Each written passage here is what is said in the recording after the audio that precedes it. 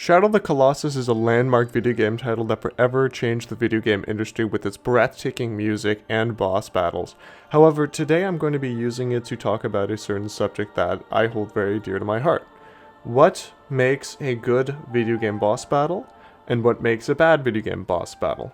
To explain what makes a good video game boss battle and a bad video game boss battle, at least in my own opinion, I will be comparing two colossi from this game. My favorite colossi, in other words the 14th colossi, and my least favorite colossi, in other words the 11th colossi.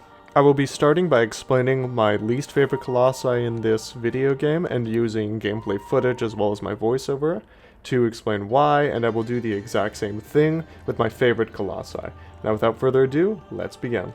Now, my least favorite colossi, in other words this stupid dog animal thing, even though it has tusks, but whatever, is Celosia. Now, this is my least favorite colossi, not only because in my opinion the intro is pretty crappy, leave your, opinions in the comments below on that, but it is an incredibly tedious boss battle. Now, in theory it's not, and I'm going to explain why.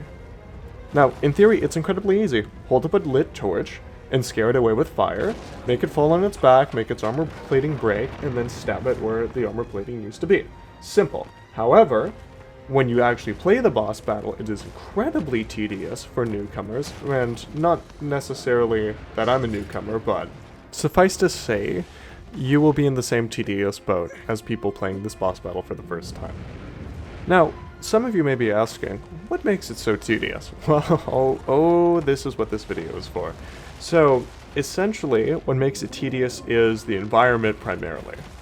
You're in this small, enclosed space where the colossi can charge at you very quickly and lock you into a hit stun animation. So not only is the environment basically playing against you, the colossi is playing to the environment's strengths. So when you make a mistake, there's very little room to correct that.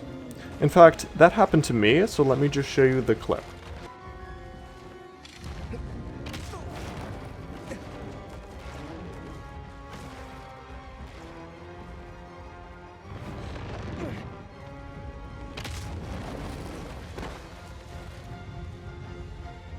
Suffice to say, that's not good video game boss design because you're not putting the player in a situation where it is tedious but you have something to teach them. Instead, you're putting the player in a tedious situation where you really don't have something to teach them.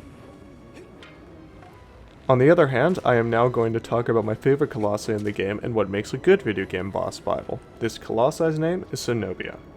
Now, because Cenobia is a similar kind of colossi to Celosia, let's just say when I saw the upcoming clip for the first time, I didn't necessarily have a joyful reaction.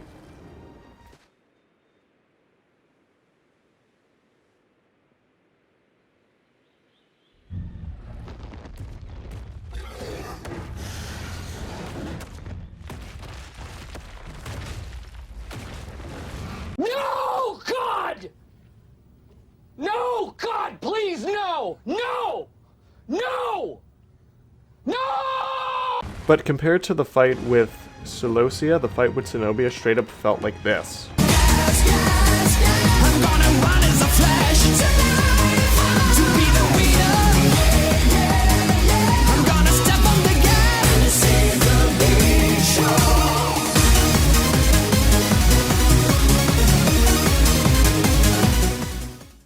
Now, initial D jokes aside, this boss battle is fantastic. It improves upon many of the flawed aspects of Celosia's fight. For instance, the arena is big, open, and it just generally feels fair. And on top of that, the developers actually made more room to get around Celosia, like the pits beneath that I'm going to fall into in a little bit. And not only that, but just look at the raw environment size. I might have mentioned this previously, but look at that. It's incredible. But as I said on my previous point, Cenobia, my apologies, cannot attack you or hurt you when you're in these little trenches.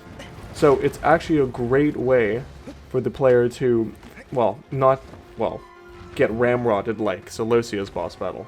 And unlike the previous boss battle, the puzzle actually isn't, tedious, annoying in execution. So basically with this boss battle you have to allow Cenobia to hit these pillars, and then at a certain point they'll run into one pillar, it'll break its armor off, and then you can attack it. But with this it actually feels engaging. Like look at this for instance.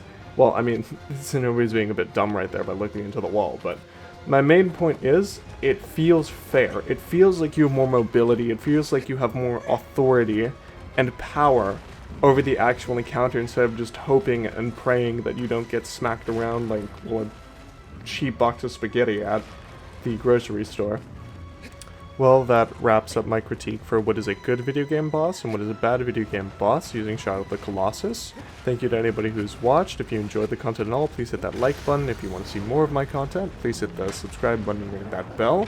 And on top of all that, have a fantastic day. Bye!